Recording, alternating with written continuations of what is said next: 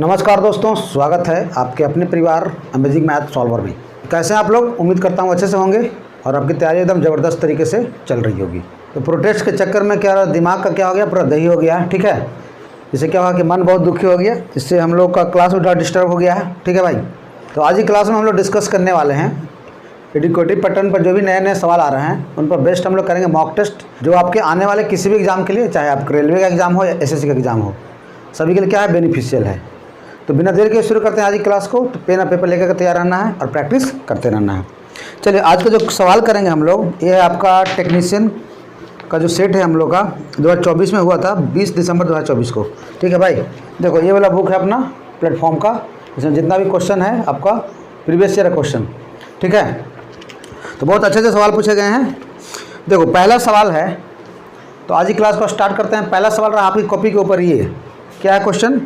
बोल रहा है कि यदि किसी समानांतर श्रेणी का 23वां और 22 गुने कितना हो जाएगा, ये हो जाएगा 270 बराबर कितना हो जाएगा, 42 हो जाएगा। ए का वैल्यू माइनस में आ जाएगा, तो यहाँ से ए का मान निकालेंगे, 42 में से इसको माइनस करना पड़ेगा, तो ये हो जाएगा 22 7 54 0 15 और 22 दूनी 44, 44 से 15 कितना होता है भाई, 44 से 15 होता है आपका 59।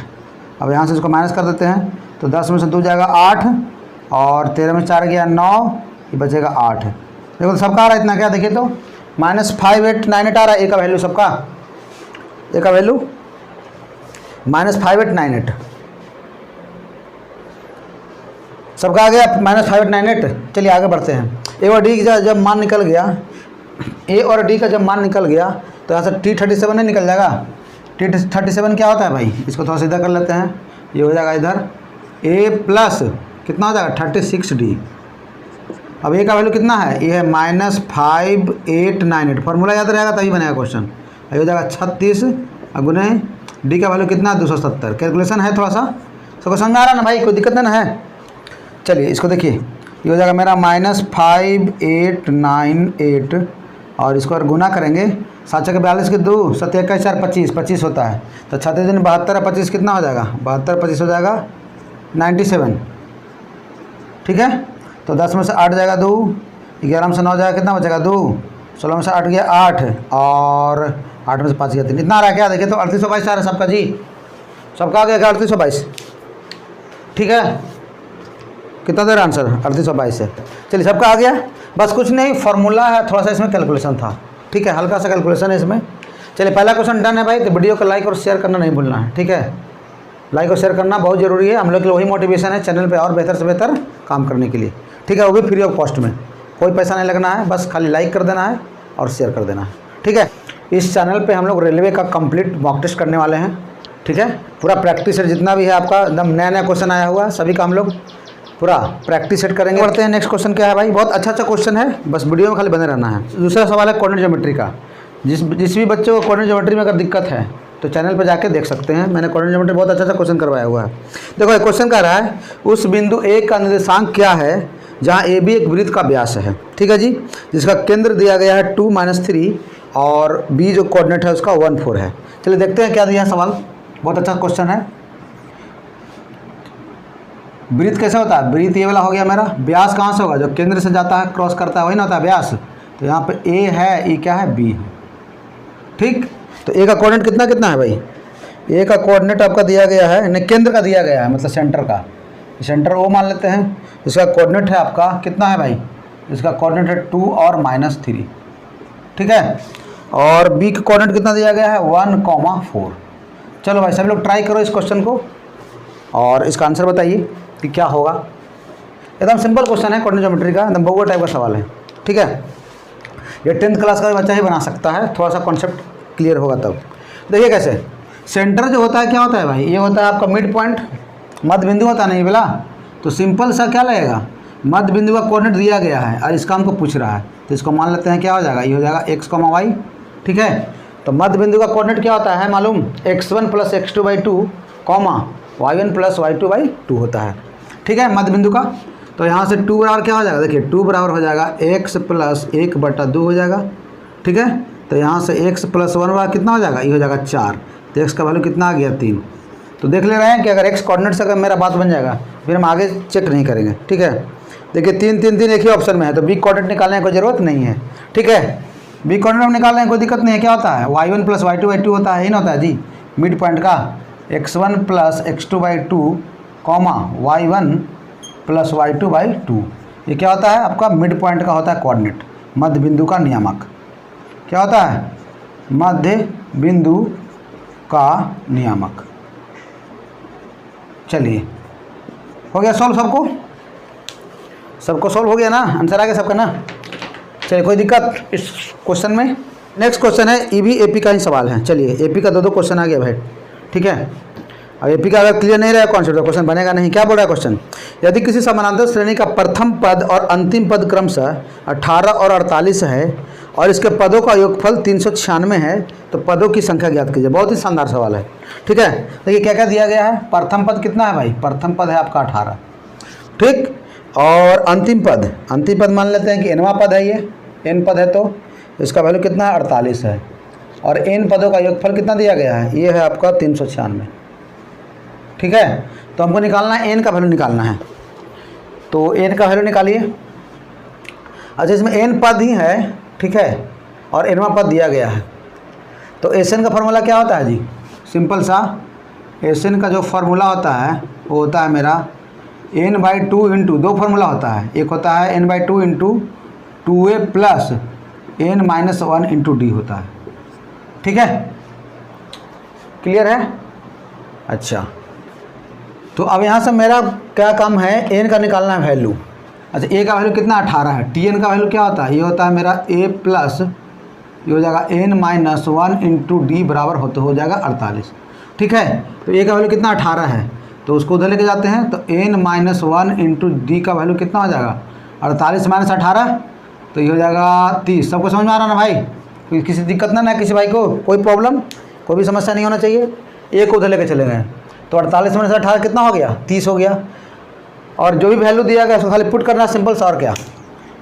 Sn का वैल्यू कितना, ये है मेरा 396 बराबर, हमको n का मान निकालना है n/2, a का वैल्यू कितना है 18, तो 18 तो नहीं, ये हो जाएगा 36 प्लस, इसका वैल्यू कितना है, टोटल का वैल्यू 30 है। चलिए हो गया इजी, चलो इससे इजी होगा यार बताओ।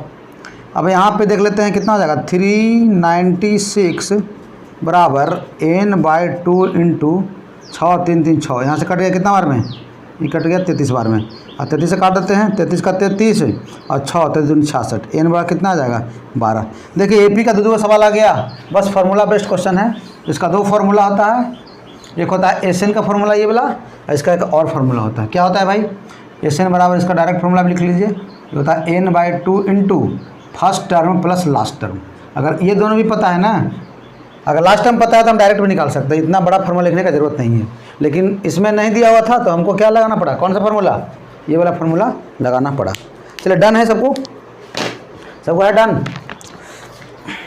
देखिए सेट थ्योरी का क्वेश्चन आ गया कि सेट यदि C बराबर दिया गया है 2 4 6 8 10 12 और D बराबर दिया गया है 5 10 15, तो D - C में अवयवों की संख्या कितनी है। चलिए बहुत अच्छा क्वेश्चन है, सेट थ्योरी का क्वेश्चन दे दिया यार। देखो एकदम न्यू पैटर्न का क्वेश्चन, देखो C बराबर, इससे पहले पूछता नहीं था, देखिए ये भी पूछ रहा क्वेश्चन। 2 हो गया, 4 है, 6 है, 8 है, 10 है, 12, यह है 14, यह है 16। ठीक है, और डी सेट में कितना दिया गया है, ये जो है मेरा ये है 5, 10, 15, 20। ठीक है, तो पूछ रहा है कि D - C में अवयवों की संख्या क्या होगा। ठीक है, तो देखिए D - C हम लोग कैसे निकालते हैं, पहले इसको थोड़ा समझ लेते हैं कि D - C क्या होता है, उसके बाद क्वेश्चन 1 सेकंड में उड़ेगा। ठीक है, D - C करना है। D में कौन कौन एलिमेंट है, 5 10 15 20 है। D - C है कि C - D है, अच्छा D - C पूछ रहा है, D - C में अवयवों की संख्या क्या है। तो देखो D - C कैसे निकालते हैं, D में कितना एलिमेंट है, 5 10 15 20। ठीक है, और C में कहीं पे दिख रहा है 5 10 15 है, C में कौन कौन सा एलिमेंट 10 है, तो 10 को क्या कर देंगे, इसको काट देंगे। ठीक है, 10 कट गया, ये भी कट गया ना, 10 कट गया, ख़त्म हो गया। फिर भी देखिए और कहीं भी कुछ एलिमेंट है और कुछ मिल रहा है, 5 नहीं है इसमें, 15 नहीं है, 20 नहीं है। इसका मतलब कि D में कितना एलिमेंट बच गया, 1 2 3, तो डी में अवयव की संख्या कितना हो जाएगा? 3 हो जाएगा, क्योंकि जो जो कॉमन होता है उसको क्या करते हैं हम लोग? माइनस कर देते हैं। समझ में आया सबको? डी माइनस सी करना है तो डी में से जो भी कॉमन एलिमेंट आएगा उसको हम लोग हटा देंगे। ठीक है भाई? तो 10 यहाँ पे कॉमन आ गया था, हटा दिए। अगर नहीं कॉमन आता तो मेरा 4 ही अवयव हो जाता। अवयवों की संख्या कितना होता है? 4 होता है। इसमें कितना अवयव की संख्या हो जाएगा? 3 हो जाएगा। समझ में आया? ये सेट थ्योरी का क्वेश्चन था, बिल्कुल नया पैटर्न क्वेश्चन था ये। ठीक है? Option B is the correct option. चलिए बढ़ते हैं आगे। जिसने भी अभी तक लाइक नहीं किया भाई वीडियो को जल्दी से लाइक कर दीजिए। ठीक है? क्योंकि पढ़ाने में लगता है बहुत एफर्ट। ठीक है ना? चलिए क्वेश्चन है, बहुत शानदार क्वेश्चन है, क्वाड्रेटिक क्वेश्चन का सवाल है। क्या है कि 8x plus 14 plus 3x square का न्यूनतम वैल्यू बताइए। क्या है क्वेश्चन? न्यूनतम वैल्यू। इसका मिनिमम वैल्यू हमको निकालना है। क्या निकालना है भाई? इसका मिनिमम वैल्यू निकालना है। मिनिमम वैल्यू तो देखिए मिनिमम वैल्यू निकालेंगे। ये है कौन सा? कैसा एक्सप्रेशन है? क्वाड्रेटिक इक्वेशन है, द्विघात समीकरण है। तो इसका जो मिनिमम वैल्यू होता है ये होता है मेरा 4ac माइनस, इसको याद कर लो ना भाई। ठीक है? 4ac minus B square by 4ac का क्या होता है? मिनिमम वैल्यू होता है। ठीक है? इसको ट्रिक है इसको डायरेक्ट याद कर लेना है। अगर क्वाड्रेटिक इक्वेशन दिया गया है तो इसका मिनिमम वैल्यू निकालने का डायरेक्ट फॉर्मूला होता है 4ac minus B square by 4a। अब यहाँ पे ए बी क्या है इसको देख, इसको अरेंज कर लेते हैं। ठीक है? इसको जब अरेंज करेंगे तो क्या होगा मेरा? देखिए इसको अरेंज करेंगे तो 3x square plus 8x plus 14, क्योंकि स्टैंडर्ड जो इक्वेशन होता है मेरा क्वाड्रेटिक इक्वेशन का क्या होता है भाई? स्टैंडर्ड इक्वेशन क्या होता है? जनरल फॉर्म मेरा होता है ax square plus bx plus c बराबर 0। ए ना होता है भाई जनरल फॉर्म। तो यहाँ से a का वैल्यू क्या हो जाएगा? a का वैल्यू हो जाएगा मेरा 3। देखो a का वैल्यू यहाँ पर लिख दे 3। कंपेयर करेंगे b का वैल्यू कितना हो जाएगा? b का वैल्यू हो जाएगा 8 और c का वैल्यू कितना हो जाएगा? ये हो जाएगा मेरा 14। निकल गया ए बी सी का वैल्यू। अब ए बी सी का वैल्यू इसमें हम लोग पुट कर देंगे। ठीक है? चलो इसका पुट करो भाई, फटाफट इसका पुट कीजिए और आंसर बताइए। तो यहाँ से कितना हो जाएगा? 4 12, ये हो जाएगा 12 गुने 14 माइनस 8 64 बटा ये हो जाएगा 4 12। अब यहाँ से करते हैं 48 की 8 कैरी 4 12 4 16 168 माइनस 64 बटा 12। अब यहाँ से इसको माइनस करेंगे तो क्या बनेगा? 8 में 4 गया 4 और 16 में 6 गया 10, 104 बटा 12 बन जाएगा। काटते हैं इसको, 4 से कट जाएगा 4 से, 4 12 4 दूनी 8 2। तो इसका जो मिनिमम वैल्यू आ जाएगा ये आ जाएगा 26 बटा 3, इसका मिनिमम वैल्यू आ जाएगा। बहुत ही इंपॉर्टेंट क्वेश्चन था भाई। ठीक है? क्वाड्रेटिक इक्वेशन है बेस्ट क्वेश्चन। तो इसका जो आंसर आया कितना आ गया? 26 बटा 3। ठीक है? चलिए सबको डन है, कोई दिक्कत नहीं यहाँ तक। 26 बटा 3 हो जाएगा मेरा राइट आंसर। 8.2 बटा 3 हो जाएगा। ठीक है? फ्रैक्शन में दिया गया है। चलिए नोट कीजिए, फिर आगे हम लोग बढ़ते हैं और क्या क्या बेहतरीन क्वेश्चन है। बस सेशन में भाई बने रहो, एक से एक चीज़ सीखने को मिलेगा। ठीक है?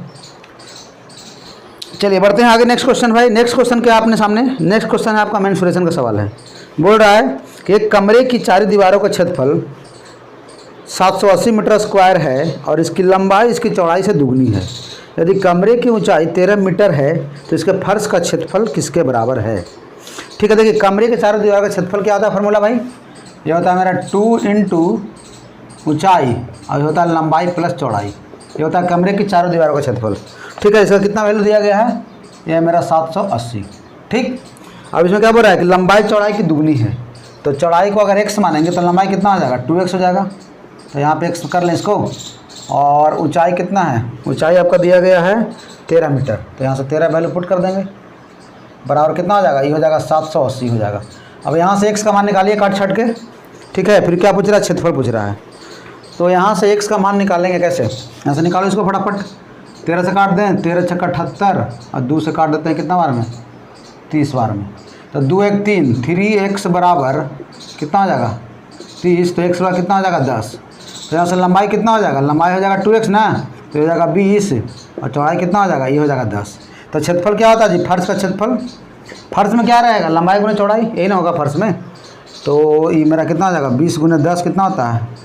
200 मीटर है कि सेंटीमीटर दिया गया है? क्या है? मीटर है। तो मेरा जो एरिया हो जाएगा कुछ ही हो जाएगा 200 मीटर स्क्वायर, इसका फर्श का क्षेत्रफल हो जाएगा। चलिए डन है भाई सबको। Option D is the correct option. ठीक है? कोई टेंशन नहीं यहाँ तक? मज़ा आ रहा है ना? मक्खन की तरह हो रहा है क्वेश्चन सोल्व। चलिए नेक्स्ट क्वेश्चन है द्विघात समीकरण क्वेश्चन है भाई। बोल रहा है कि यदि अल्फा और बीटा समीकरण x square minus eigen x plus 24/0 के मूल हैं तो alpha square plus beta square का मान बताइए। ठीक है, देखिए ऐसा क्वेश्चन भी आते रहता है हमेशा।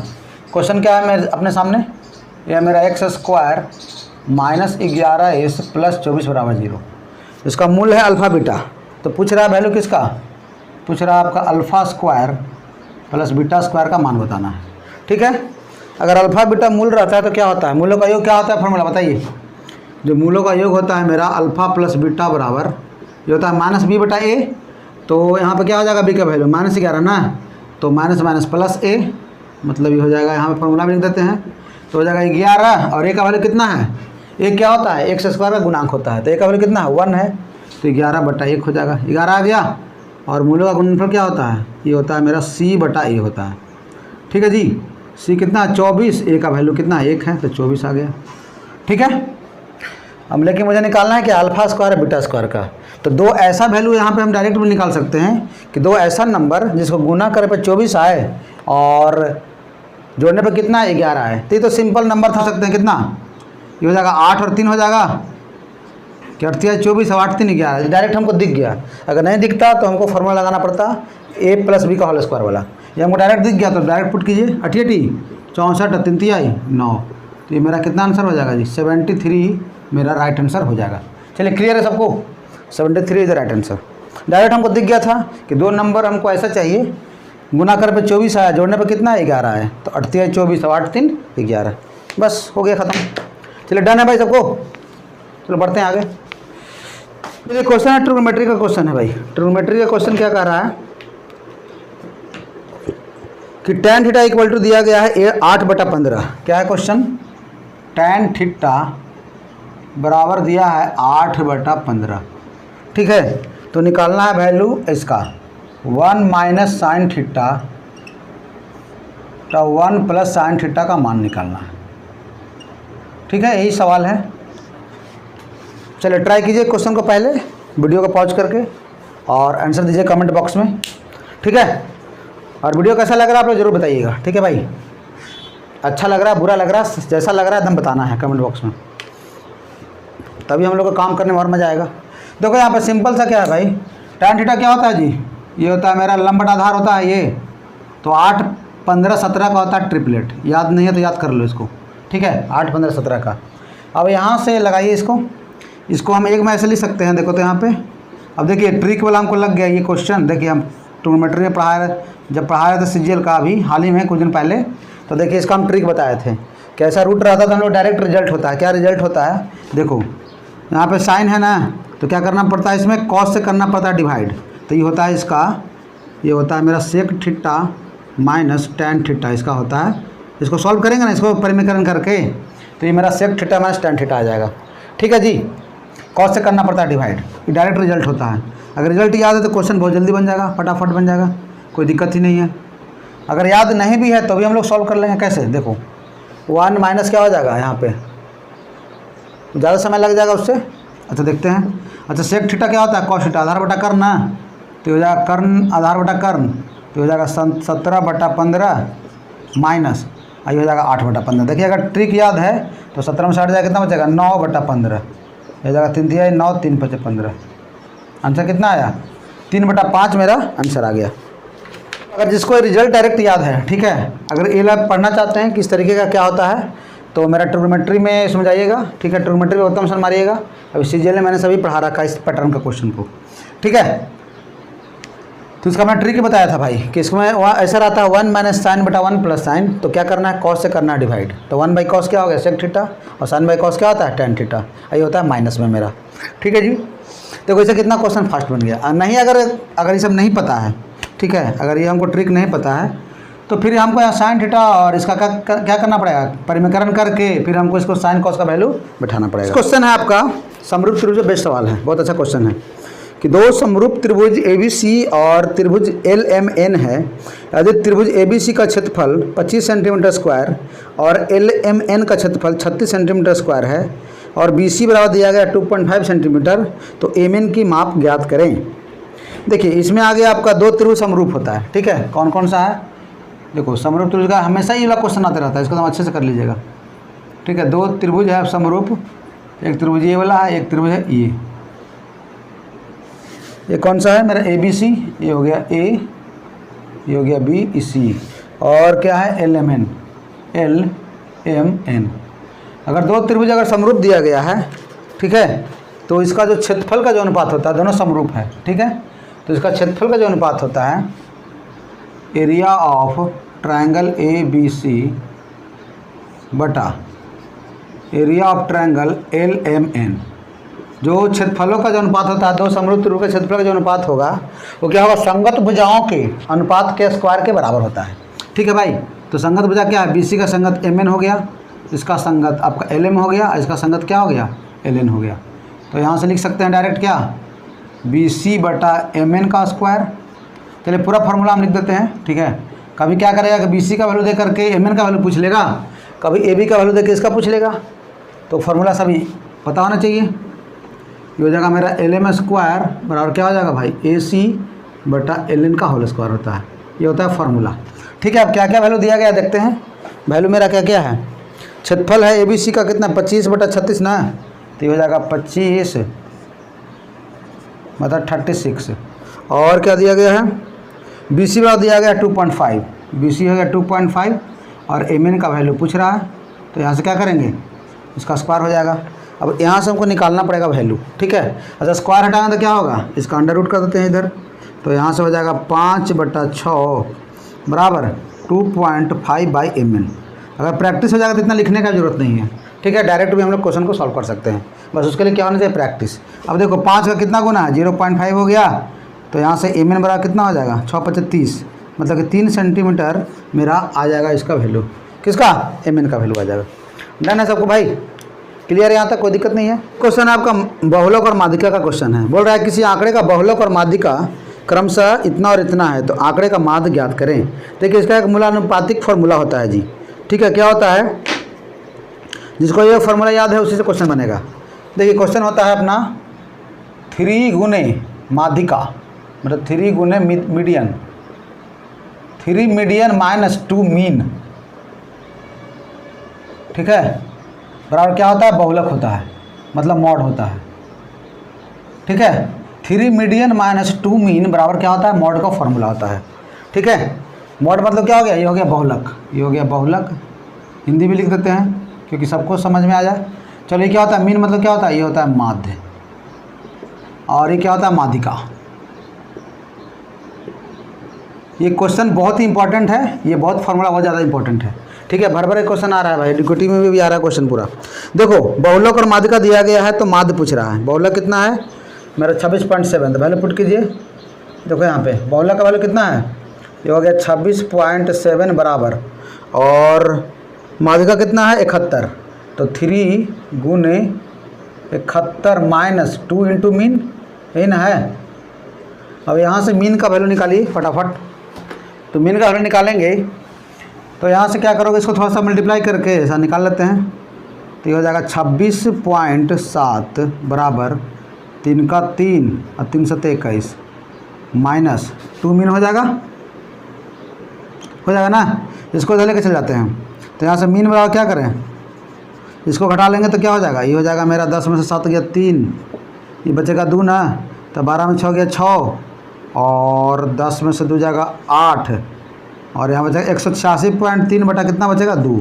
अब यहाँ से क्या 2 मीन ना था, तो 2 से कर देते हैं डिवाइड, 2 9 18, 2 3 6, 2 एकम 2, और 1 बचेगा ना, तो कितना आ जाएगा 93.15 मेरा आ जाएगा मीन का वैल्यू, माध्य आ जाएगा ना 93.2 आ जाएगा लगभग में आंसर, ठीक है। चलिए हो गया सबका क्लियर। तो आज के हम लोग इतना ही रखते हैं। तो कैसा लग रहा है भाई, सॉल्यूशन जरूर बताना है कमेंट बॉक्स में, ठीक है, जिससे कि हम लोग नेक्स्ट जो मॉक होगा हम लोग कंटिन्यू कर सकें। और कुछ भी लग रहा है, अच्छा लग रहा है, ख़राब लग रहा है, कमेंट बॉक्स जरूर लिखना है, ठीक है। फिर मिलते हैं नेक्स्ट वीडियो में और भी टॉपिक के साथ। जब तक के लिए जय हिंद, वंदे मातरम।